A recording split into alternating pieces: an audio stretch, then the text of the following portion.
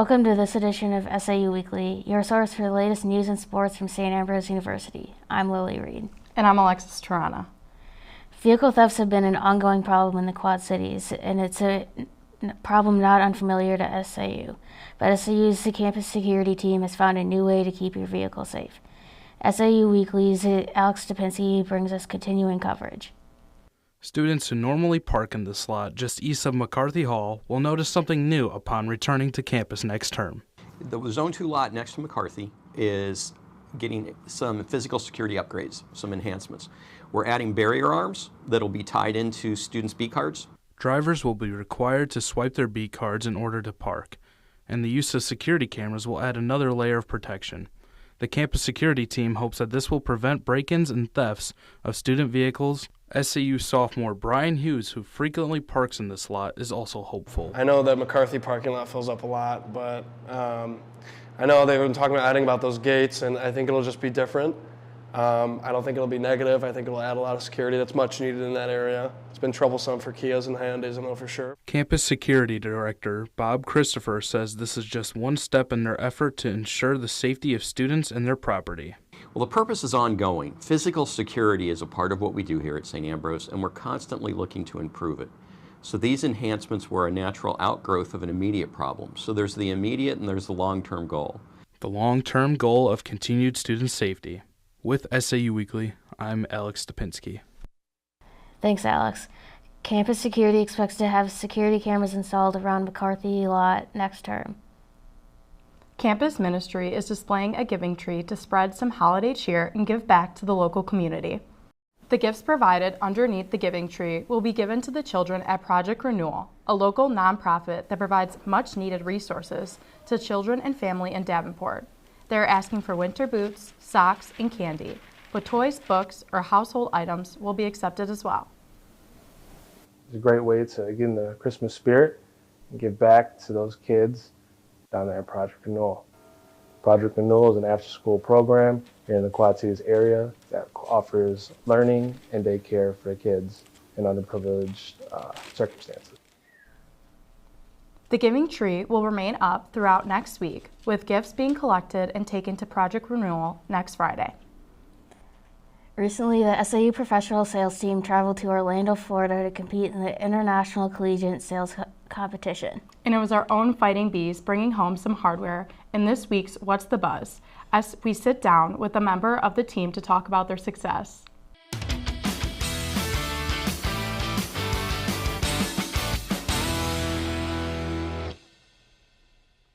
Thanks, guys. Today, I'm joined by Andrew Golderman, who recently received national recognition with the SAU professional sales team at the International Collegiate Sales Competition. Thanks for being with us today, Andrew. Thank you. So, Andrew, my first question for you, can you just kind of explain what the sales competition entailed? Absolutely. So this sales competition, it's called the International Collegiate Sales Competition, where students come from around the country, around the world actually, there are kids in the Netherlands there, around the world and around the country come to this competition and they compete giving elevator pitches and then also doing role plays. So I conducted and I did the sales pitch, which is a 90-second elevator pitch on why you're the best candidate for somebody's company. Now, other students were doing role plays, and those role plays consist of, okay, I'm a seller and I'm trying to sell this buyer a product or service, right, that they may need for their organization. So it's a set of things like that that we go down and do, and you're competing against all of these students from around the world, around the country, in these great universities. So it was a wonderful opportunity. So, it sounds like a lot of fun, a lot of different stuff going on. Can you just talk a little bit more about what your quick sell pitch was exactly? Absolutely. So it's, like I said, it's an elevator pitch on 90 seconds on why you're the best for somebody's company. So my specific elevator pitch, I actually tailored towards my business. So I have a company here in the Quad Cities. It's called Golderman Lawn Care, LLC. So we service 160 properties a week. I manage 5 full-time employees, and we do homeowners associations, real estate brokerages, veterinary clinics, insurance offices, and countless residential properties. So I actually used my company, and I used that, and I showed how I'm the best for somebody else's company by showing the things that I've done within my business, right? And how I made an impact on our community. And that's how I tailored it to the specific company. So when you heard your name get announced for coming in second place, kind of what was that feeling like? It was awesome. I will say I am extremely competitive. Like, I'm going down there, and it's a great opportunity to meet a lot of employers, right? Don't get me wrong. And it's a great opportunity because you never know where those opportunities are going to take you. But when they said second place, I'm extremely competitive. I was like, man, I was kind of upset I didn't get first, but I'm very thankful I did get second, and I wouldn't have gotten second without the sales program. So it was awesome. And when you're up against teams from around the world, what does it mean to you and your teammates to represent St. Ambrose and finish in the top half of the competition? That is a great question. Well, first off, it's an honor to be selected from a very large program at Ambrose for the College of Business to be able to go to wonderful opportunities like this. And to get in the top half of the competition is absolutely incredible.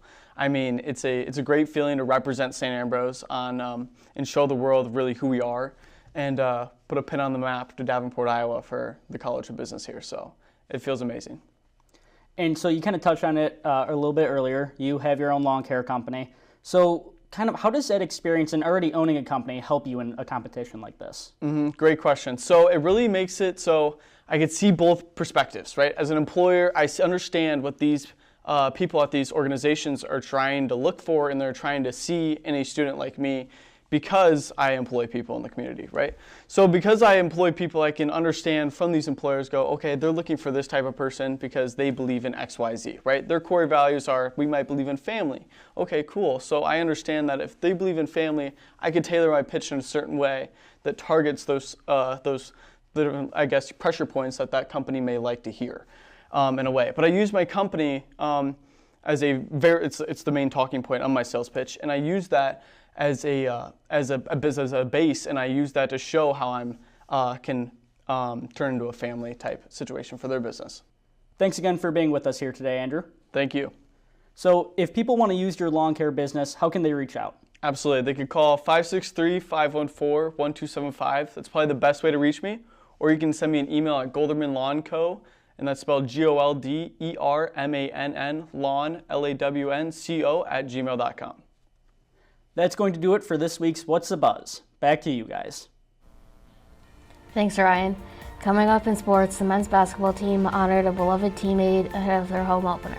And a big announcement from SAU wide receiver Yemi Ward. Join SAU Weekly's Alex Stupinski as he takes you inside SAU athletics. We'll be right back. The race is over. Students at St. Ambrose University have picked Tom Mason and Brad Asling as their next president and vice president. First place with 235 votes, Thomas Mason and Brad Asling. Voting was held in the Student Union. Running opposite Mason and Asling were Jim and Joe Laverty. The number of voters was down from last year by 8%, with a total of 378 votes cast.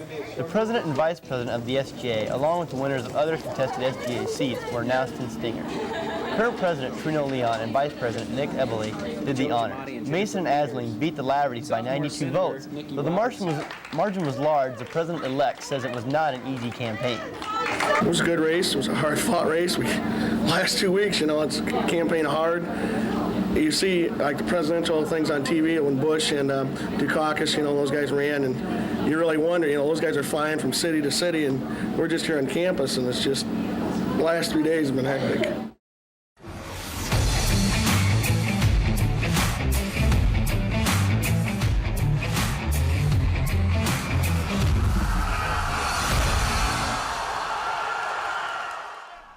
Over the last year, the SAU men's basketball team has faced a lot of adversity after the passing of their teammate, Patrick Torrey. But the Fighting Bees home opener was further proof that Patrick's impact will never be forgotten.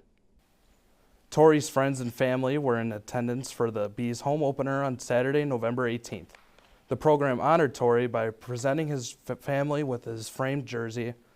It was an emotional day for everyone who knew him, but the Torrey family is grateful for the support they received from the Ambrose community. Overwhelming, the love that we feel right now with all these kids here, just coming back and sharing this day with us, and they know how important it is, and they were all close with him, and keeping his spirit alive, really, it's a blessing. We didn't realize how much he meant to the school, or how many people knew him, until we came for the ceremony for him at the chapel. And you don't realize how many people knew him or how many people he touched, how many lives he touched, and how many knew him and what he was doing. I don't think he had any idea how he was with everybody, because that's just how he was. Realizing how many people that, just they loved him, and that does our hearts good to know that he was that loved. The Bees were looking to honor their former teammate with their first conference win of the season against Holy Cross. It was tied at 27 heading into the second half.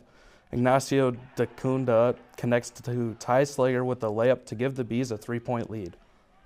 Eldon Bowden Jr. led the way into the second half with 13 points, including this three-pointer to make it a 66-45 lead for the Bees. Jake Frail also added a step-back three to seal the game. The Bees get a 76-63 win at home. The Bees are 2-1 in conference play, getting ready to host Missouri Baptist Wednesday at 7 p.m. For the first time since 2010, the SAU women's volleyball team qualified for the final site at the NAIA National Championship after defeating the 16th-ranked team, College of St. Mary, in the opening round in Omaha, Nebraska. On Wednesday, SAU began their first match versing the number 1 ranked team, Northwestern Iowa.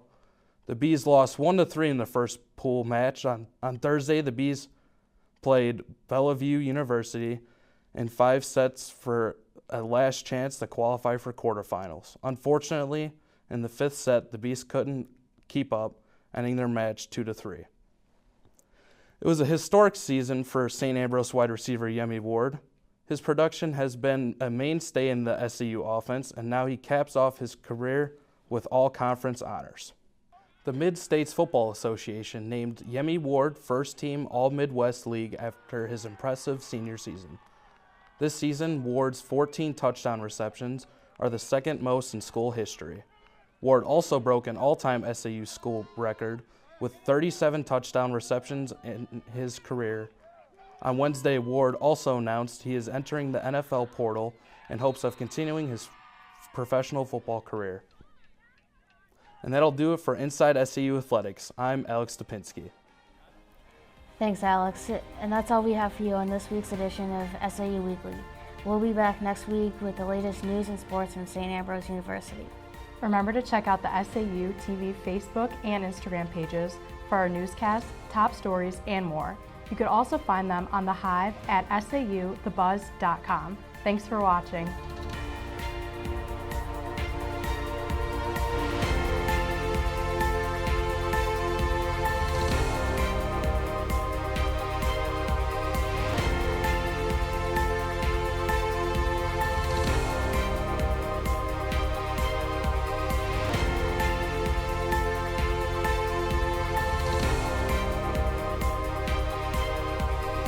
Merry Christmas.